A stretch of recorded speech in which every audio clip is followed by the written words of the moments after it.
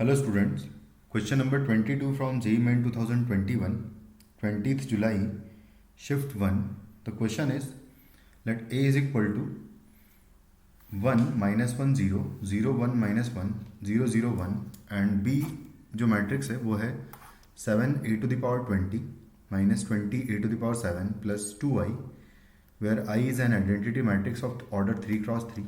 B is equal to अगर B ij है then आपको बताना है B13 का वैल्यू क्या आएगा. तो सबसे पहले हम लोग क्या करेंगे, जो A मैट्रिक्स है उसको मैं आइडेंटिटी मैट्रिक्स के टर्म्स में ब्रेक करना चाहूँगा. तो मैं ऐसा लिखूँगा इसको कि सबसे पहले तो आइडेंटिटी मैट्रिक्स अगर अलग कर दे उसमें से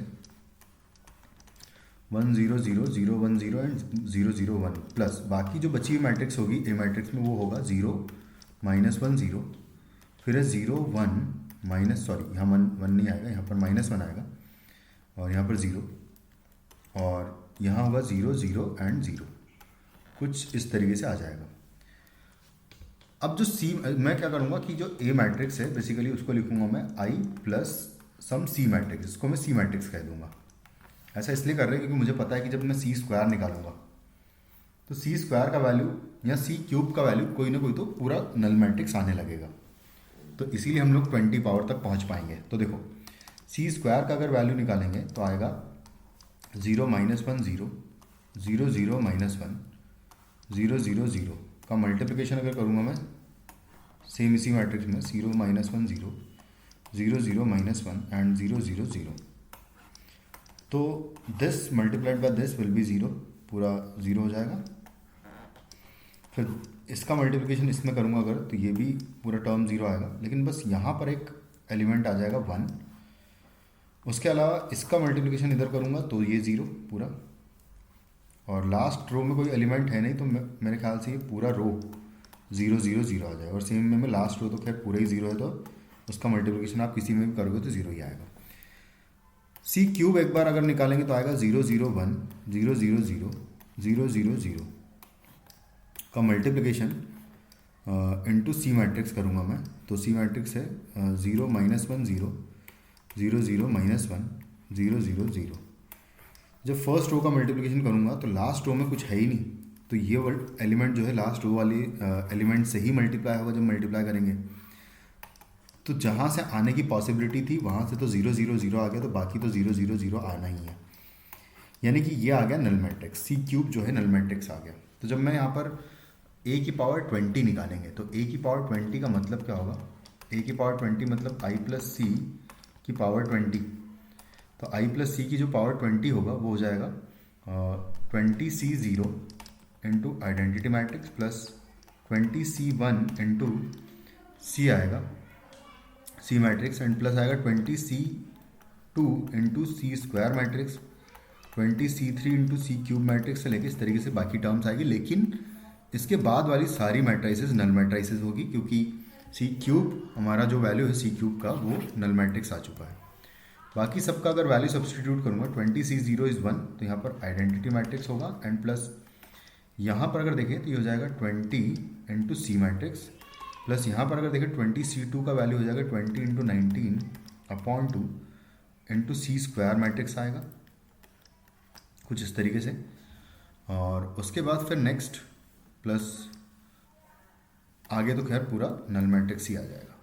तो यहाँ पर आ रहा है I plus 20C and plus आ रहा है 190C स्क्वायर, कुछ इस तरीके से आ रहा है. बाद में सबकी वैल्यूज़ में सब्सटीट्यूट कर दूंगा. सेम में मैं A टू द पावर 7 अगर निकालूंगा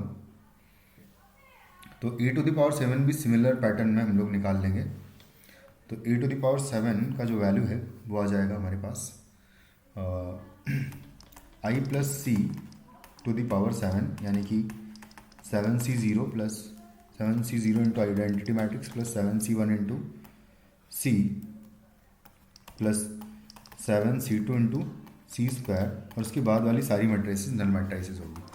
तो यहाँ आ जाएगा 7C0 का वैल्यू 1 यानी कि I plus 7C1 into C is 7C and plus 7C2 का वैल्यू 7 इंटू 6 अपॉन 2 आ जाएगा. तो 3 टाइम्स 21 हो जाएगा ये C स्क्वायर. तो ये मैट्रिक्स हमारे पास आ जाएगी. अब बस वैल्यूज सब्सटीट्यूट कर दूंगा मैं एक्सप्रेशन में. तो B मैट्रिक्स मुझे मिलेगी B इज इक्वल टू हमें गिवन है 7 times A to the power 20 minus 20 to the power A 20 into A to the power 7 plus 2i है। तो यहाँ से अगर वैल्यू सब्सटीट्यूट करूँगा 7 इंटू ए की पावर 20 जो है वो है 1i प्लस 20c और प्लस है 190c स्क्वायर, फिर है minus 20 times A to the power 7 which is i plus 7c और आ रहा है प्लस 21c स्क्वायर और प्लस है 2i। बस सबको कैलकुलेट कर लेते हैं। तो यहाँ से 7i आएगा माइनस 20i और प्लस 2i, तो 7i प्लस 2i 9i हो जाएगा। 9i माइनस करेंगे अगर तो यहाँ से जो हमें मिलेगा एक बार कैलकुलेट कर लेते हैं पूरा प्रॉपरली। तो सॉरी 9 माइनस कर दूँ, माइनस 11i बचेगा यहाँ पर, प्लस 7 इंटू 2 हो जाएगा 140, यहाँ से आ रहा है 140c, यहाँ से आएगा 7 इंटू 2, यहाँ से भी 140c आ रहा है। तो बेसिकली ये कैंसिल आउट हो जाएगा क्योंकि ये 7 इंटू 2 140 आ रहा है और उधर 7 इंटू 2 20 140 हो जाएगा। तो ये कैंसिल आउट हो जाएगा यहाँ सी वाला टर्म, और बाकी जो टर्म आएगा एक्जैक्टली सी स्क्वायर वाला 190 यहाँ से आ रहा है, सॉरी 190 इंटू 7 तो ये हो जाएगा 9 7 63, 6 7 और 6 13, तो 1330 आ रहा है यहाँ से इसका वैल्यू सी स्क्वायर का। और यहाँ से अगर इसको कैलकुलेट करेंगे तो 21 इंटू 20 करूँगा तो 0 2 कैरी 20 40 42 हो जाएगा। तो 420 आया, तो 420 हम लोग माइनस कर देंगे 13 में से, तो 420 अगर माइनस किया तो बचेगा 0, बाकी सबको हटा देते हैं हम लोग अब। तो यहाँ जाएगा 1, यहाँ जाएगा 13 माइनस 8 4 करेंगे तो बचेगा 9, तो 910 बचेगा। तो फाइनली हमारा आंसर आ रहा है यहाँ पर माइनस 11i प्लस 910 सी स्क्वायर आएगा, कुछ इस तरीके से आ जाएगा। बस अब यहाँ पर वैल्यूज़ पुट कर देते हैं और डायरेक्टली हम मैट्रिक्स ही निकालेंगे। तो माइनस 11 टाइम्स आ जाएगा यहाँ पर 1 0 0 0 1 0 0 0 1 and plus 910 times C square matrix, जो कि है हमारे पास सी स्क्वायर मैट्रिक्स है ये वाली मैट्रिक्स। तो ये हो जाएगा 0 0 1 0 0 0 0 0 0। इसको ऐड करेंगे, वैसे उसने हमसे पूछा है सिर्फ B13 एलिमेंट, B13 मतलब कि इस प्लेस वाला एलिमेंट फर्स्ट और थर्ड कॉलम का। तो इन दोनों को ऐड करेंगे तो ये तो 0 ही आ जाएगा, और यहाँ से अगर देखें तो यहाँ से आ जाएगा B13 का वैल्यू सिर्फ इसको मल्टीप्लाई करने पर आएगा, यानी कि 910 हो जाएगा।